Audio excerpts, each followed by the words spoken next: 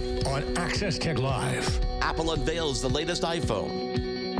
Apple Watch 9 and Ultra get major improvements. And iOS 17 is coming on Monday. This is Access Tech Live with Stephen Scott and Marc Aflalo. The latest in tech and accessibility every week. Follow us and get involved now at Access Tech Live. Hey everyone, welcome to this, our brand new show. It is Access Tech Live. I am Stephen Scott. Great to have you along for the hour. And here I am with my good friend Marc Aflalo. How are you, Marc? I'm not going to lie, Stephen, I got a little bit of butterflies going on in the stomach, even though we've been rehearsing behind the scenes nonstop for about, 7 months now. It feels that way, doesn't it? But no, here we are. It is our brand new show. I am Stephen Scott. I'm so nervous, I can't even remember if I said my own name. But there you go. That is how this works. Yes, I'm Stephen Scott. He's Marc Aflalo. And together we are Access Tech Live. Coming up this week on our very first show, we are so proud to welcome Canada's first ever Chief Accessibility Officer, Stephanie Cadieux, will be joining us to talk all about the Accessible Canada Act and explaining to us about her new role 1 year in. How's it going? We'll find out from Stephanie a bit later. Also, we are going to be chatting through the headlines. You've just heard, of course, all the news about Apple, and we're going to delve into all of that with author and broadcaster Shelly Brisbin, who's standing by waiting to join us on our discussion today. And of course, this show is live, so you get the chance to join in. You get the chance to take part. And Marc, we have a big question to ask our audience this week. But before we get into all that, let's maybe explain a little bit about our show. What is Access Tech Live? Why are we here? Well, we're here to kind of talk about the intersection of technology and accessibility and bring it from the perspective of lots of people who are going to be contributing to the show each and every single week. And more importantly, getting the feedback from you at home. We want to know what your thoughts are, what your opinions are, and let us know, honest and frank. And there's going to be lots of ways for you to get in touch with us. Our social media, of course, at Access Tech Live is going to be buzzing, including a live stream of this show across social media. So it's going to be your opportunity to get involved and our opportunity to have that conversation with you. And Stephen, we're really looking forward to it. Yeah, we are. And, that's exactly what it's all about, giving people a chance to have their say. And like you say, that intersectionality between technology and disability, which, more and more of us are learning about the value of accessible tools. Now, this is something, I know you're not disabled per se, I am blind. So, we have always had this relationship where you get the chance to ask me the difficult questions when it comes to accessibility. And you've learned a lot over the years, haven't you? I've definitely learned a lot, Stephen. And you know what? Everybody is touched by disability in some way, shape, or form. I'm the father of an autistic son, so I've got that perspective going for me. But, I'm not naive. I don't expect to know anything from anybody else's point of view, which is why we want to get people on this show who can tell us their point of view, who can explain things to us, and as a result, explain to the audience that perspective, because perspective is extremely important so that everybody understands and learns the importance of accessibility across the board. But the other benefit of being live, of course, is we can keep you up to date with the very latest news headlines. And that's exactly how we begin this and every week of Access Tech Live with Marc and the headlines. Now, Access Tech Live headlines. Well, Tuesday at Steve Jobs Theater in Cupertino, California, Apple took to the stage at its first ever product announcement this fall, of course. We call it Techtember. This time, they announced a whole bunch of updates to some really great products, starting with the Apple Watch. Here's Chief Operating Officer Jeff Williams. It features a magical new way to control your watch with double tap, faster on-device Siri that lets you securely access health data, precision finding for iPhone, and a brighter display, all enabled by the S9 SIP, our most powerful chip ever in Apple Watch. And it's Apple's first ever carbon neutral product. Starting at $549 Canadian dollars, the Series 9 will be available next Friday, September 22nd, and features a brighter display, faster processor, crash detection, and Siri on board so that it works faster and smarter. Now, that wasn't the only Apple Watch with an update. The Apple Watch Ultra, which only debuted last year, is already getting bumps in speed, sensors, material, and of course, features. Here's Jeff Williams once more. That's the new Apple Watch Ultra 2. It comes with all the features users love about Ultra, plus the powerful S9 SIP, Apple's brightest display ever, an expanded altitude range, on-device Siri, and a brand new gesture for easy control of your watch. These innovations and the advancements in watchOS 10 make our most rugged and capable watch even better. Apple Watch Ultra 2 starts at $10.99, also available next Friday, and it's more rugged, has a 36-hour battery life, and customizable action button, better GPS, and of course new watch faces.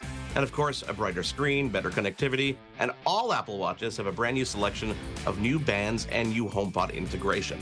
Now, the star of Apple's event was, of course, the new iPhone 15 lineup. Starting with the iPhone 15 and 15 Plus, here's Apple's VP of iPhone Product Marketing, Kainan Drance. iPhone 15. It has so many innovations that you can use every day, like the Dynamic Island, a 48-megapixel main camera that provides a 2x telephoto and A16 Bionic. And it has capabilities that no other smartphone has, like the ability to get emergency and roadside assistance when you're off the grid, all built into a durable, color-infused design. And with all of these fantastic features, iPhone 15 is ready wherever the day takes you. The iPhone 15 has a 6.1-inch screen, starts at $11.29, and will be available next Friday in stores. It'll come in 5 new colors. On board, of course, is a faster processor, brighter screen, brand new camera system with 48-megapixel camera, and the Plus model has the same specs but a 6.7-inch screen. Now, finally, Pro users will want to pay attention to the iPhone 15 Pro and Pro Max. These feature a new lighter titanium design, USB-C connectivity, a new action button, and of course, new colors. Here's Apple's Senior Vice President of Worldwide Marketing, Greg Joswiak. So this is the iPhone 15 Pro, our best and most pro iPhone ever. With a new, beautiful, strong, and lighter titanium design, as well as next-level performance from the A17 Pro, a convenient and customizable action button, and our most pro camera system for our best photos and videos ever, including next-generation portraits and our longest optical zoom on iPhone 15 Pro Max. The Pro starts at $14.49 for the 6.1-inch screen and $17.49 for the 6.7-inch version. And aside from the processor upgrades and a focus on gaming, that new telephoto camera offers a 5x zoom, making it the longest ever optical zoom of any iPhone ever, and of course, a brand new portrait mode. The complete iPhone lineup features all-day battery life, better connectivity overall, and of course, they'll all be available for pre-order tomorrow, which is September 15th. And Stephen, just when we thought everything was done, the company released a press release right after the event announcing the AirPods Pro 2, featuring a new charging case, USB-C connectivity, and some minor updates under the hood as well. So it's to nobody's surprise that this week on Access Tech Live, we're going to be talking just a little bit about Apple. Tiny little apples this week on the show. And, I have to say, tiny bit about Apple and minor updates along with it, right? I mean, let's be honest, the Apple Watch got minor updates. The iPhone Pro, I think, is the only one that really got something worth talking about. Do you agree? Oh, absolutely. And people always ask that question is, whether or not they should upgrade. And I always tell them, number one, it's subjective, but definitely that Pro lineup with a new titanium design, longer battery life, and that new action button brings the most significant changes to the lineup. Yeah, we're going to delve into all of this, of course, with our guest, Shelly Brisbin, who'll be with us. We'll be talking about it through the hour. But I guess the question is, will you be upgrading to the new iPhone 15? I mean, I know you are probably likely to have already put the iPhone you want, and I'm going to guess an Apple Watch Ultra 2 into your basket already, just ready to hit that pre-order button tomorrow. Is that right? Am I correct? You don't know me at all, actually. But yes, you do. But that question's a good one. I knew it. And honestly, it's that why is super important because it helps other people figure out why they might want to do it or why they might want to do it. And that's the question we're going to be asking the audience right now, which is, will you be upgrading to the iPhone 15? And more importantly, why? And you can voice your opinion. And we're going to invite you to do it right now on social media. It's at Access Tech Live on every social media platform, whether you call it X or Twitter, Instagram, Facebook. You know where to find us at Access Tech Live. And you can also email us. That email address is feedback@accesstechlive.com as well. And you can get involved. Stephen, coming up, we're going to take a quick break. But when we come back, the woman who literally wrote the book on iPadOS and iOS accessibility, Shelly Brisbin, is up next. We want to hear from you. Follow us on social media and get involved at Access Tech Live. We'll be right back. The latest in tech and accessibility. This is Access Tech Live with Stephen Scott and Marc Aflalo. Welcome back. Now, let's delve into the headlines of the week. Of course, Apple is really the only story in town, and with us to talk about it, as Marc said before the break, the woman who literally wrote the book on iOS and iPadOS accessibility. She is a producer, she is a broadcaster, and of course, author of the fantastic book, iOS Access for All. She's very kindly named me in one or two of those books. I don't know why I deserve such recognition, but thank you for joining us, Shelly Brisbin, on our first show. Thanks for having me, Stephen, and congratulations on the new show. Thank you, and great to have you here to talk about all this, because you know your onions when it comes to all this stuff. Let's start with iPhone, okay? So iPhone 15 is out, and I want to ask you, anything that excited you, anything that stood out that you thought, hey, there's a good reason to buy this? Oh, I tell you, I'm a jaded consumer of such things, and so I always look for the little tiny feature that might have a kernel of interest for accessibility folks that maybe somebody hasn't thought of. So some of the stuff I like are like the precision finding feature, so we can all find each other in crowds. As far as the hardware, I feel like the iPhone 15 is definitely an iteration of what's come before. And I think what would make you want to buy it, especially the Pro models, is the titanium. For folks with vision, it might be the camera. But the titanium is going to give a considerably lighter phone. If you're not a Pro user, if you're an iPhone 15 versus a 14 user, I don't know that there's a lot to recommend it specifically, but it's a new shiny. And so I think that'll appeal to a lot of people. Shelly, I'm surprised you didn't mention the action button, because on the Pro range, this new action button allows you to program it to open apps, make shortcuts to different features. I can see there's probably going to be some value there to get some favorite features shortcutted from an accessibility point of view, no? Yeah, I think so. I was figuring we were going to get to that a little bit later. I didn't want to say everything all at once, but yeah, I think the action button is really interesting because it does provide another way to get to specific features, some of which are accessibility features, or you might argue that an accessibility feature from the point of view of something that you just do all the time, whether it's a shortcut or whether it's access to some app. It gives you another way, and there are several already. It gives you another way to shortcut yourself to that feature that you want and not have to go through a whole lot of swiping and flicking and double tapping and such. One of the reasons this show exists is to talk about this subject from a disability perspective, right? So we want to look at this through that lens, essentially. Now, you are someone who is low vision, and I wonder from your perspective, are there any benefits in particular to the iPhone 15 Pro range? Especially, I'm thinking about the Max when it comes to low vision and, having the ability to have just simply the larger screen, a brighter screen. Well, don't forget that the Pro Max and the 15 Plus have the same size screen. So if you're just looking for size, you can either get the Pro Max or you can get the Plus. And I love the symmetry of that. I like the idea that you just have two screen sizes to pick from. I mean, I was a fan of I have people in my family who have the iPhone SE. I know people who have the iPhone Mini. But just in terms of picking which screen size do I want, I can choose the Plus or the Max. And there are a lot of people with low vision who also like to take pictures. And the fact that those cameras have such advanced features, it gives you some ability to automate that process. So maybe you're not a super great photographer or not super confident in your ability, but if you really like to take pictures, those Max cameras are pretty awesome. So I think that's the move for somebody who is both low vision and also, wants to actually get out there and take some photos. But I think the Plus is a good value proposition, especially if you're a low vision person who likes a bigger screen.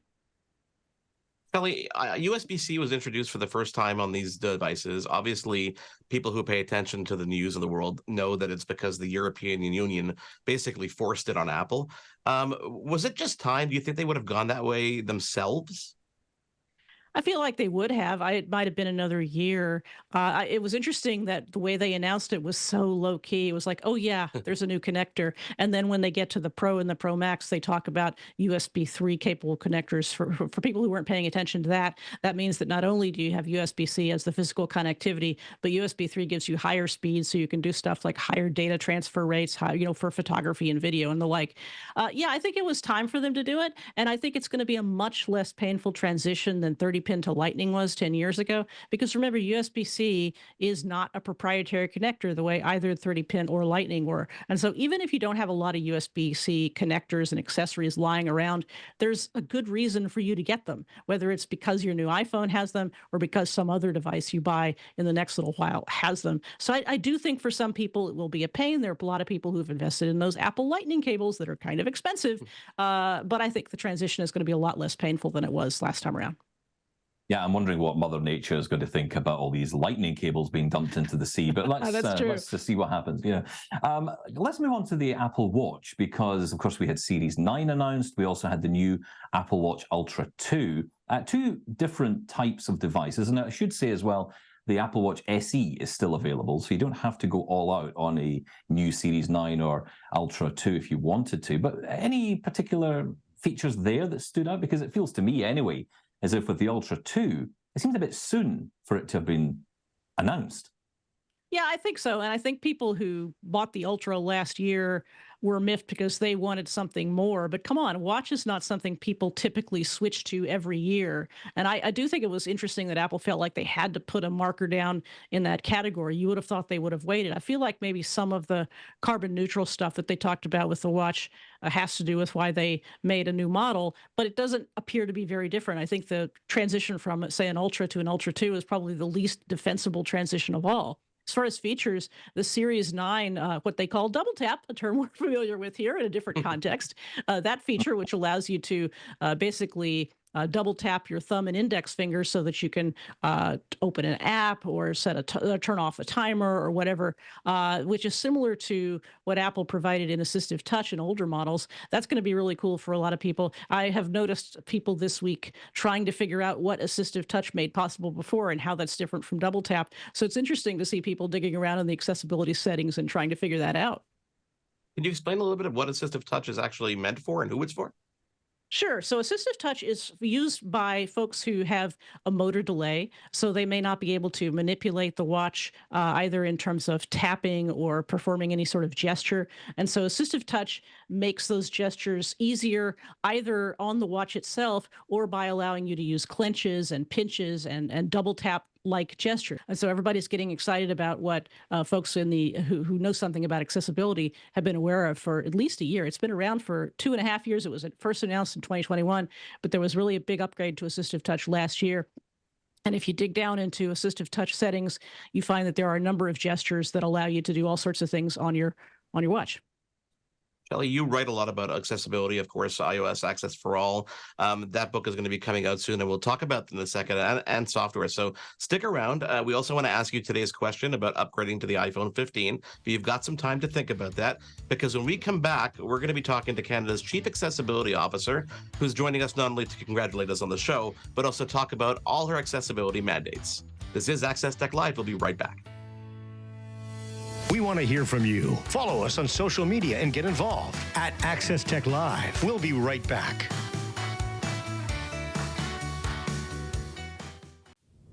The latest in tech and accessibility. This is Access Tech Live with Stephen Scott and Marc Aflalo. Hey guys, this is Access Tech Live with me, Stephen Scott, and Marc Aflalo. Now, the Accessible Canada Act is a landmark piece of legislation that is hoping to enable a barrier-free Canada by 2040 for all disabled Canadians. It's no small task and need everyone to be involved. Now, the head of all of this is Stephanie Cadieux. That is Canada's first ever Chief Accessibility Officer. Now, a year into her new role, Marc Aflalo caught up with her to find out how it's going. Stephanie, you are no stranger to AMI. You've been on Double Tap with Stephen from Vienna. You've been on The Pulse with Joeita Gupta before. But for our audience here on this brand new show, can you tell people about your job as Chief Accessibility Officer? Because that title leaves so much to the imagination. Sure. Well, first things first, congratulations on the new show. Thank you. Well, I'm Chief Accessibility Officer for Canada, the first one. And that means we're really building the role in many respects. But the role was created under the Accessible Canada Act specifically. And my role is as an advisor, an independent advisor to the minister responsible for the act. And I am there to monitor the progress that we're making as a country towards becoming barrier-free by 2040. I think sometimes it's important to get a little bit of a backstory, and if you don't mind, what brought you to this role? What path led you to this role in the government? You know what? When I took the role, I said to myself, well, I think this is it. This is what I was meant to do. Because, I was injured. I had a spinal cord injury when I was 18. That set my life on a super different path than the one I had intended. But it's been a really interesting one. I was an online entrepreneur in 1998-ish. But then I ended up falling into a role in the disability sector, working with Spinal Cord Injury BC. I was working as an advocate and there for 8 years, which led me into a role in provincial politics. I got myself elected as an MLA in the legislature for almost 14 before taking this role. You know, when I think about a job that might have a lot of red tape and a lot of hurdles and roadblocks, I don't think that there is any other job I could possibly think of other than yours that might have as many challenges in front of it as one that you're taking on. Do you feel the same way? Do you feel like it's a hard task at hand, or do you just embrace the challenge and just hit on straight like a freight train? Oh, I love a good challenge. But you're right. There are a lot of complexities. As I said, in my role, though, I'm really the cheerleader. I'm the champion for the work ahead. I'm there to say to people, why is it important that we include accessibility and think about accessibility from the start? Why do we care about including people with disabilities in every aspect of society? Do you find that a lot of it's education? Really just because I find, listen, on my side of things when it comes to this show, you know, I don't have a disability, so I come from the point of view of someone who asks a lot of questions. I try to understand the perspective. I never will understand it from the point of view of someone who actually has a disability because I'm just not in their shoes. But, you know, I'm the father of an autistic son, and I can speak to that point of view and various things like that.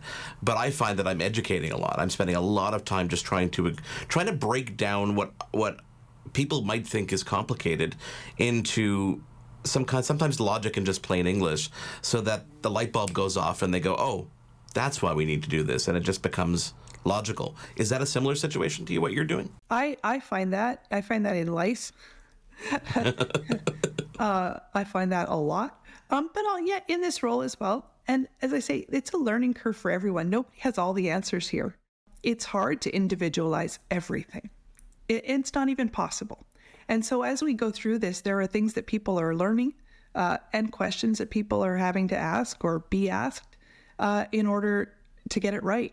And sometimes we're not going to get it right on the first try, maybe not even on the second.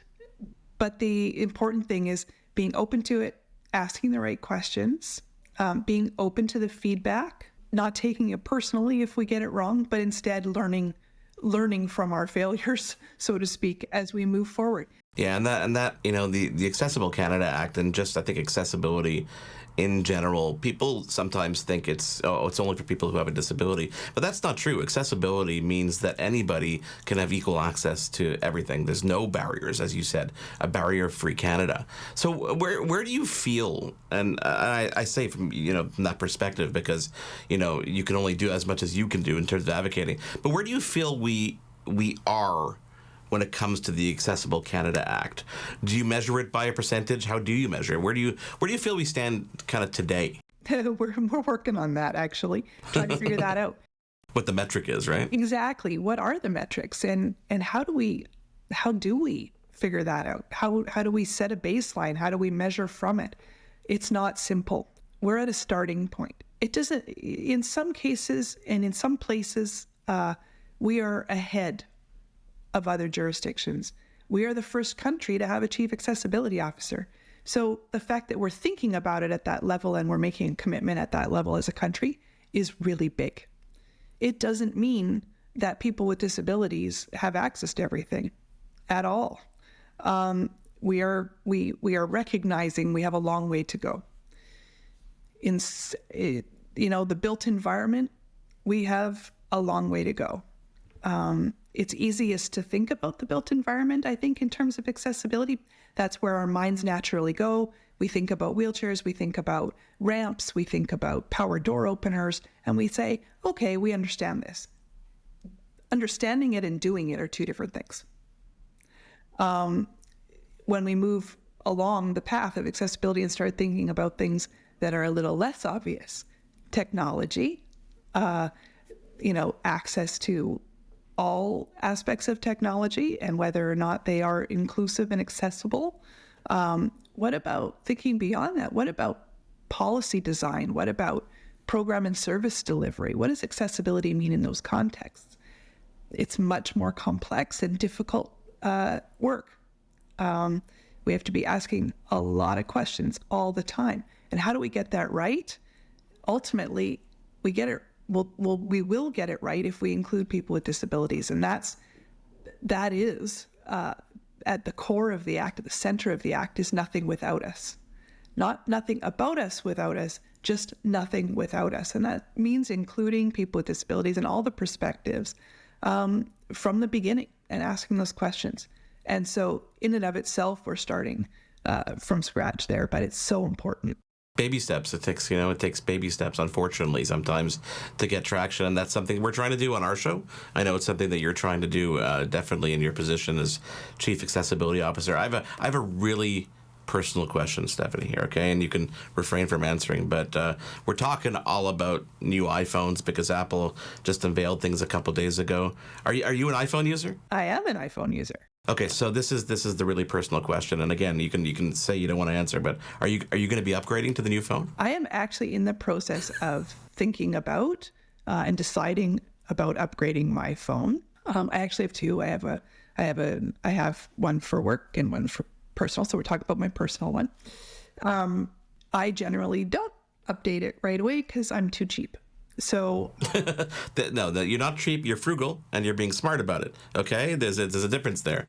Exactly. Sure. That sounds way better. And so I probably won't upgrade to the newest and best. I am thinking about upgrading the one I currently have, though, to something newer. There you go. Is there any particular feature or reason that you want to upgrade it? Because I know when people ask me, to me, it's always about the camera. It's all about capturing my kids as they grow up. So that's the compelling reason for me to always upgrade. And because I, do a show like this, it's a great excuse. But any particular reason that you would? Yeah, I want a purple one. That's a good enough reason in my book. Is it? Yeah. So my husband doesn't agree with me that that's an important reason.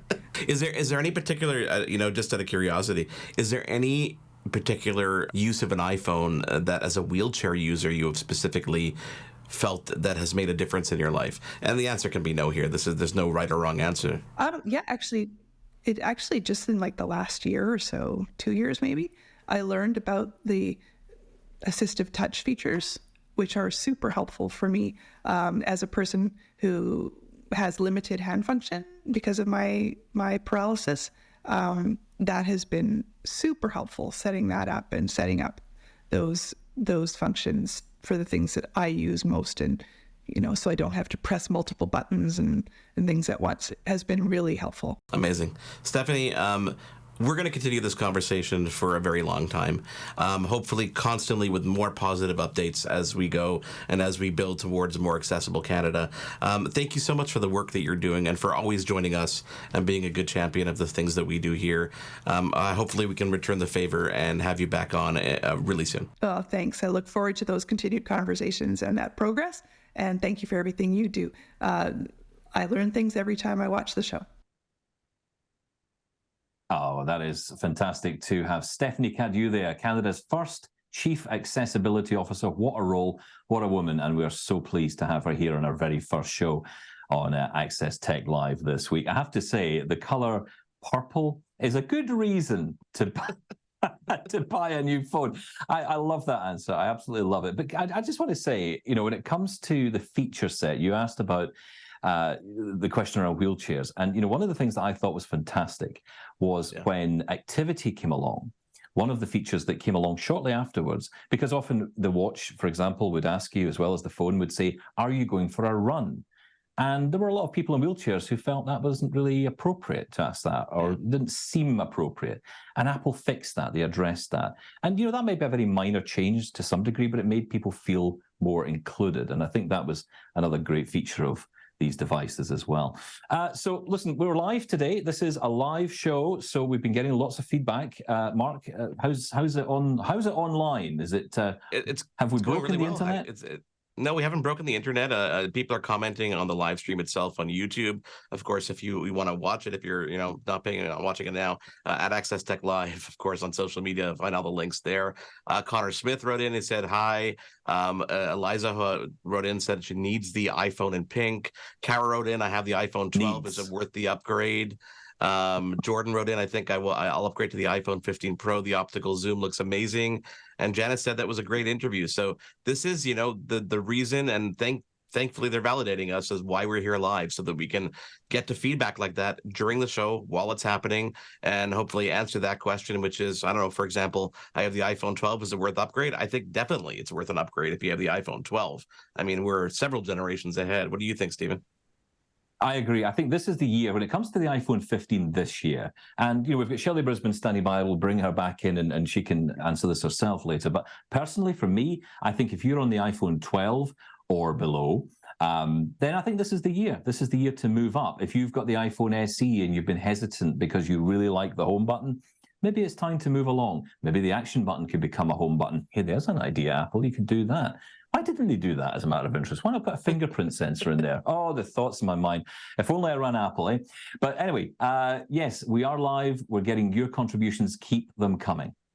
Yes, absolutely. And don't forget the question of the day, which is, will you be upgrading to the iPhone 15? And more importantly, of course, why? Because that helps put it into context. Stephen, you said Shelly's coming back. I don't want to keep her waiting any longer. We got to talk about software updates, because I'm curious what we need to know when it comes to accessibility in iOS 17, not only for the phones, though, for the iPad as well. So do stick around. Shelly Brisbane's back in just a moment here on Access Tech Live. We want to hear from you. Follow us on social media and get involved at Access Tech Live. We'll be right back. The latest in tech and accessibility. This is Access Tech Live with Stephen Scott and Marc Aflalo.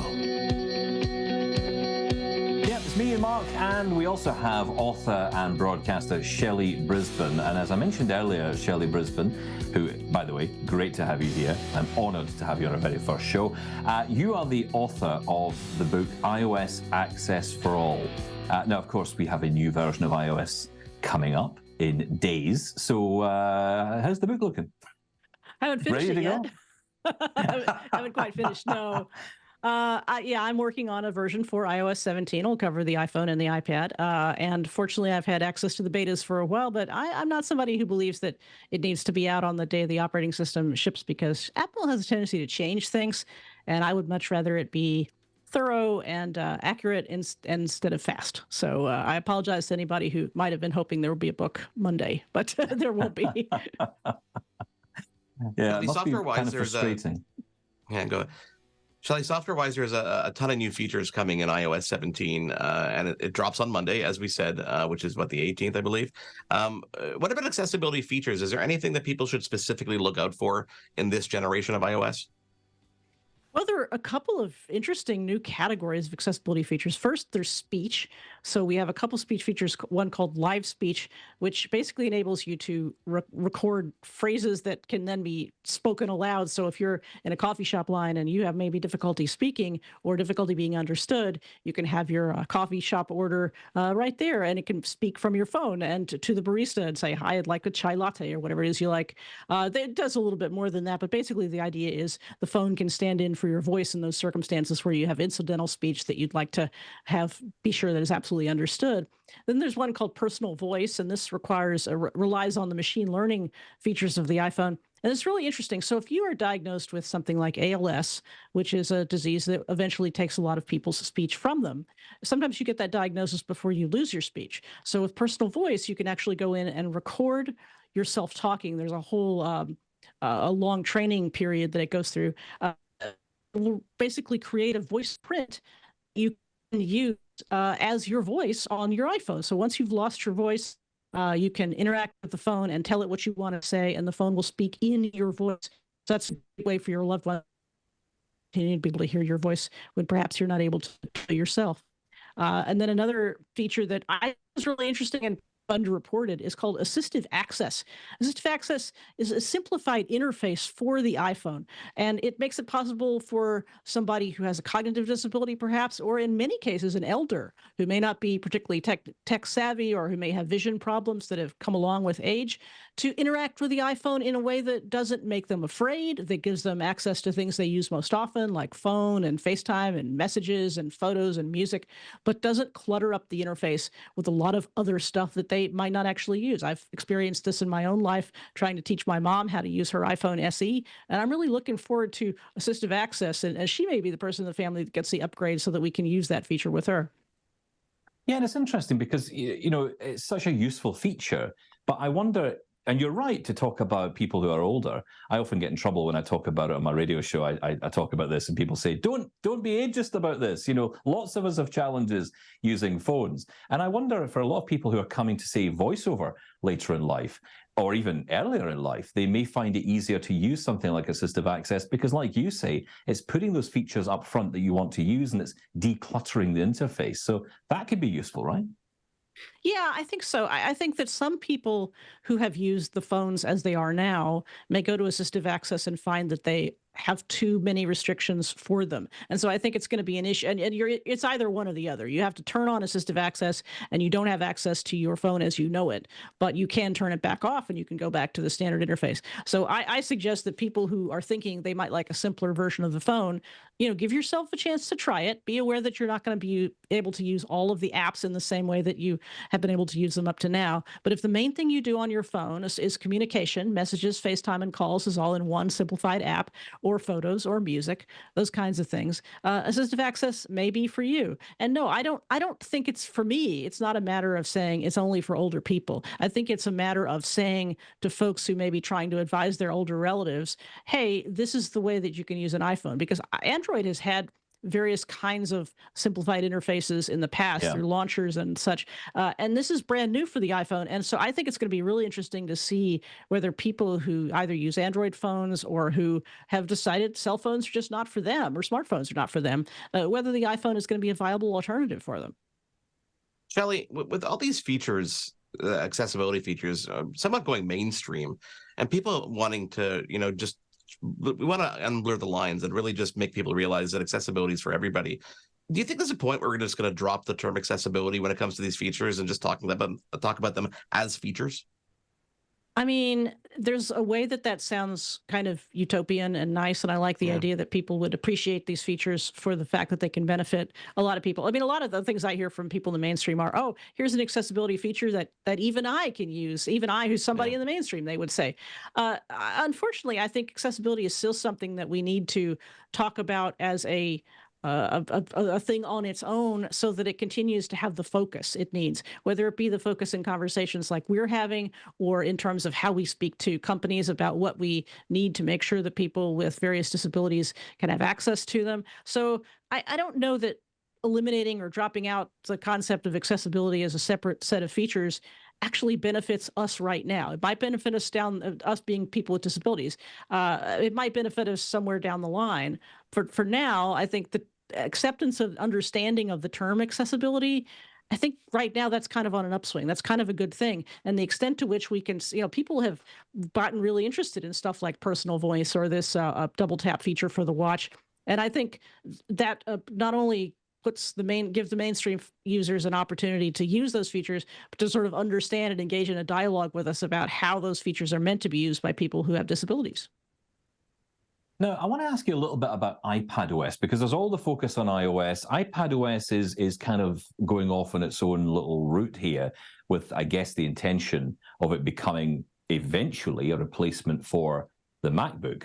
I want to call it the MacPad, and there I've said it, and if Apple wants to use it, that will be 1 million Canadian dollars, please. But yeah, I think that would be quite cool, but we're not there yet.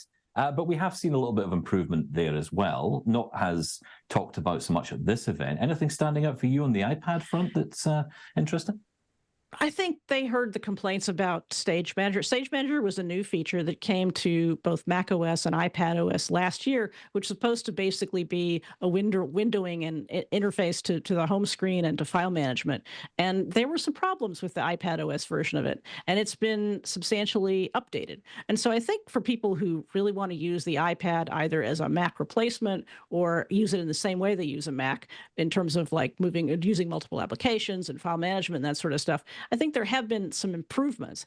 I think there's a realization in some quarters, though, that Apple really doesn't yet want the iPad to be a Mac. And in fact, there's a little bit of confusion, I think, on the part of people who were all in on the iPad a few years ago and were like, okay, we're going to do this. We're going to not have to buy a MacBook at some point, or we're going to replace the MacBook. And the question those people are asking is, what does Apple really intend for the iPad? What do they want it to be? Because it's not a Mac replacement at this point. And I think for some people, it could be in terms of the functions that they use, especially if they're doing creative applications like writing or photography or video production or something like that. But if you're somebody whose job or whose way of using a computer involves a lot of moving files around and customizing an interface to look just the way you want it to look, I don't know that the iPad is really ready to replace the Mac. And I don't know that people who have to choose between, say, an expensive iPad Pro and a Macintosh would necessarily continue to use both of them. I think of the iPad as a consumption device, as a device in the living room, is great. But I think the iPad has a little bit of an identity crisis right now in terms of whether it is going to replace the Mac or not at some point. That's a great term, identity crisis, because I think with the power and the fact that it runs the same quote unquote chips in the computer as people think the iPad should be doing way more. And I think it'll come into its own. Shelly, I got to ask you the question of the day, which is, will you be upgrading to the new iPhone? And more importantly, what makes Shelly Brisbin upgrade if you want to? I'm not upgrading this year, and I'd like to say it's because I'm cheap, but it's also because there are restrictions on my financial ability to buy everything that one might want, and so phone is not on my list this year. Very likely to get a new watch, though. I've got a Series 4, so whether I get a Series 9 or a discounted Series 8, one way or another, it's probably going to be a new watch for me. What makes me upgrade a phone, to be honest, it has to do with things. Since I do this stuff for work, for writing a book about it, it's whether there's a feature that I can't document effectively if I don't have the hardware. And so, for example, last year I could have upgraded to a Pro phone in order to get the dynamic island because I needed to know some things about how the dynamic island works specifically with VoiceOver. I had the opportunity to have a review unit from Apple for a while, and I got to learn those things, so I didn't have to buy the phone. And this year, the closest thing to that is the action button. How do I need to explain what the action button does to my readers? And so if I upgraded it, it would probably be a matter of, practicality. I wish I could say that there's something in the phone that has got me so excited that I can't sleep at night, so then I'm pressing the order button. But it's just not the case for me. And to be honest, and Apple said it. They said it once during the whole presentation, and I don't think you'll hear it very much again. But iPhones hold their value.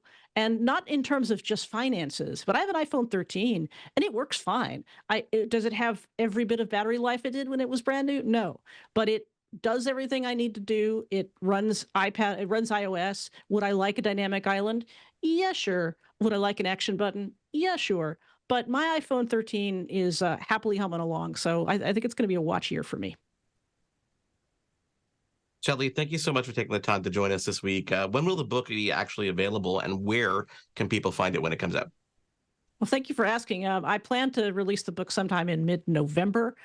It can be bought from my website, iosaccessbook.com. And what I'm doing, as I always do, is after iOS 17 is released, I will make the new book available for free to anybody who wants to buy the book. So in other words, if after Monday, when iOS 17 comes out, if you buy a copy of the book, which is the iOS 16 edition, you'll get a free copy of the iOS 17 version when that book is released in November. That way people don't have to keep asking me, when's the book coming out? When's the book coming out? You buy it, you get an email, you get the new book. And if you want to, you can wait till the iOS 17 edition comes out and you can buy it then. It'll be the same price. It's available in EPUB, PDF, or a combination of the two. And you can get that at iosaccessbook.com or on the Apple Bookstore. I love it. Free upgrades, book, even when you're not worrying about technology, right, Stephen? Absolutely. Yeah. Shelly Brisbin, is wonderful to have you on our very first show. Thank you so much for being with us today. It It was my pleasure. And again, congratulations on the new show.